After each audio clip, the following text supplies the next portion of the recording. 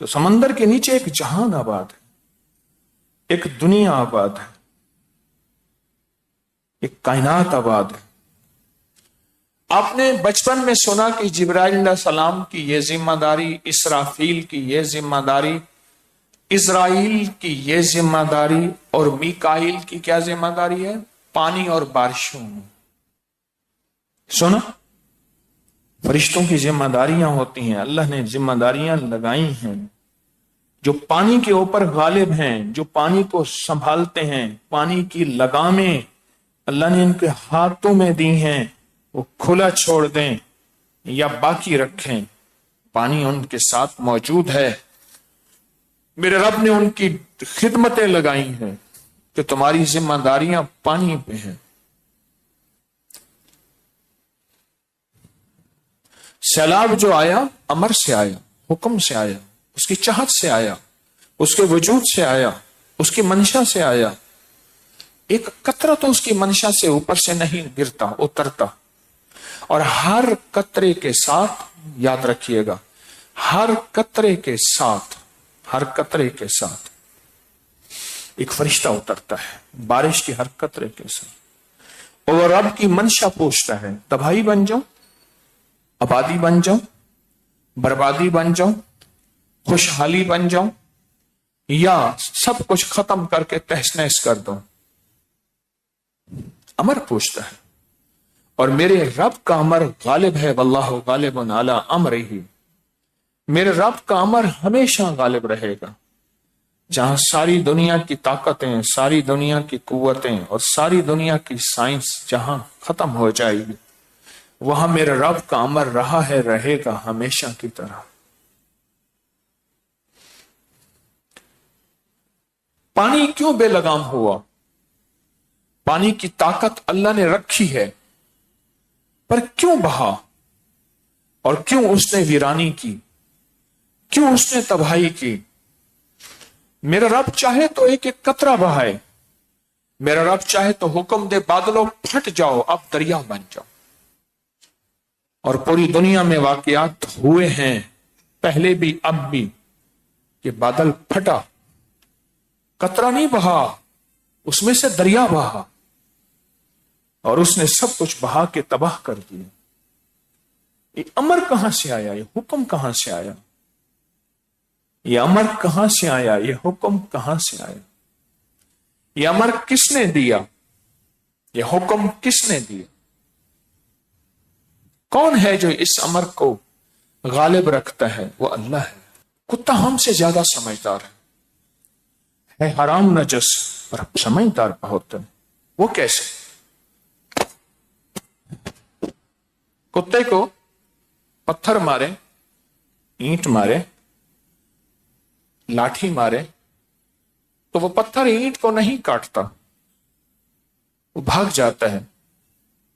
اسے پتا ہے کہ یہ ہاتھ نظر جو نہیں آ رہا کسی اور کے ہے، مارنے والا کوئی اور ہے، بظاہر لاٹھی اینٹ پتھر ہے، اور جو طاقتور ہوتا ہے وہ کبھی پتھر کو نہیں کاٹے گا، وہ مقابلہ کرے گا مارنے والے کا، آ جا میں تجھ سے نمٹتا ہوں۔ ہم سے زیادہ سمجھدار ہے۔ سیلاب کی شکل میں لاٹھیاں پڑ رہی، زلزلوں کے جھٹکے بڑھ رہے ہیں، اموات اچانک انہونی بڑھ رہی، حادثے، بیماریاں، ہسپتالیں اتنی زیادہ گمان سے، ڈاکٹر، معالج، حکیم اتنے زیادہ گمان سے بالا تر، یہ ساری کی ساری اس کی ناراضگی کے جھٹکے ہیں، اس کی ناراضگی ہے، یہ ساری کی ساری اس کی ناراضگی۔ حیران کن بات یہ ہے کہ یہ جہاں سے آ رہے حملے، اس طرف ہماری توجہ ہی نہیں، اس طرف ہمارا دھیان ہی نہیں۔ تو کتا تو سمجھدار ہے، اسے پتہ ہے یہ پتھر کہاں سے آیا ہے، وہ پتھر سے نہیں لڑتا، مارنے والے سے لڑتا ہے، وہ پتھر سے نہیں بچتا، مارنے والے سے بچتا ہے۔ پانی کہاں سے آیا؟ سیلاب بن کے، طوفان بن کے، زندگیاں لے گیا، گھر لے گیا، مال لے گیا، اسباب لے گیا، سب کچھ بہا کے لے گیا۔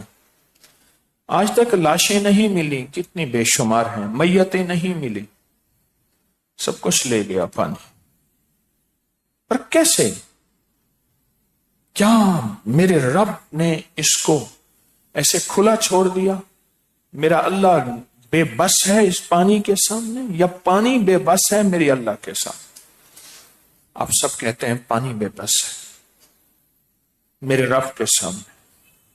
اعلی حضرمی وہ صحابی ہیں جنہوں نے پانی پہ گھوڑے دوڑا دیے۔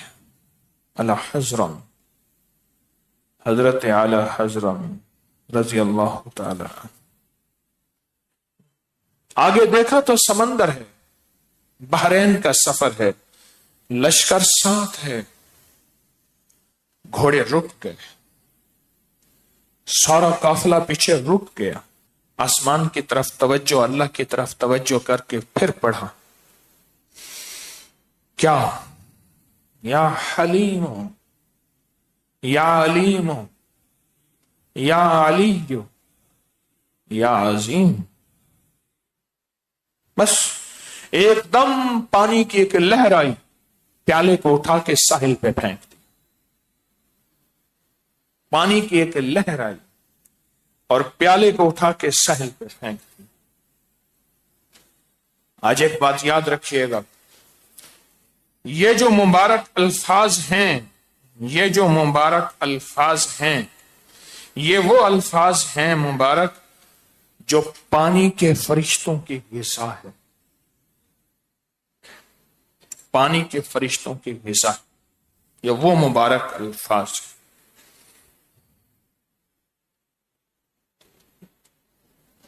یا ایک اور الفاظ ہے، ایک روایت میں ہے، یا حلیم و یا کریم و یا علی و یا عظیم۔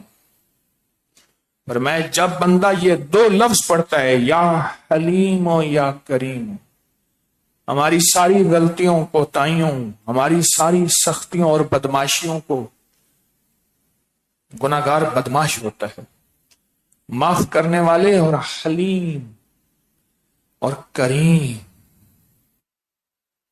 پوچھا کریم کسے کہتے ہیں؟ کہا کہ مجرم پکڑا جائے اور پھر طاقت بھی ہو، قوت بھی ہو اس کو سزا دینے کی، پھر بھی فرمایا جائے جا معاف کیا۔ اچھا وہ جانے لگے خوش ہو کے، کہا بلاؤ اس کو، اور نے کہا پھر کوئی اور جرم آیا، کہا کتنے گناہ تھے اس کے؟ اس نے کہا جی 1,47,992، میں اندازے سے بتا رہا ہوں، میری عادت ہے، کتنے ہیں؟ اچھا چلو اس کو 1,47,992 نعمتیں دے دو، سختیوں کے بدلے نرمیاں دے دو، عطائیں دے دو، شفقتیں دے دو، شفائیں دے دو، کمال دے دو، مال دے دو، یہ دے دو، یہ دے دو، اور وہ ایسی شفتر پریشان اور ایسے رہ گیا۔ اس کو کہتے ہیں کریم۔ پر لک رب کعبہ کی قسم ابھی بھی میں کریم کا ترجمہ نہیں کر سکا، نہ علم، نہ میرے پاس نہ الفاظ۔ جب بندہ اللہ کو ان دو ناموں سے پکارتا ہے نا، یا حلیم و یا کریم، کن ناموں سے؟ ہاں، اس کا غصہ ٹھنڈا ہو جاتا ہے، اس کا غضب ختم ہو جاتا ہے، اس کی ناراضگی ختم ہو جاتی ہے، اس کی شفقت متوجہ ہو جاتی ہے، اس کی شفقت متوجہ ہو جاتی ہے۔ یا حلیم و یا کریم و یا علی و یا عظیم، اس کی عنایت بے کران ہو جاتی ہے۔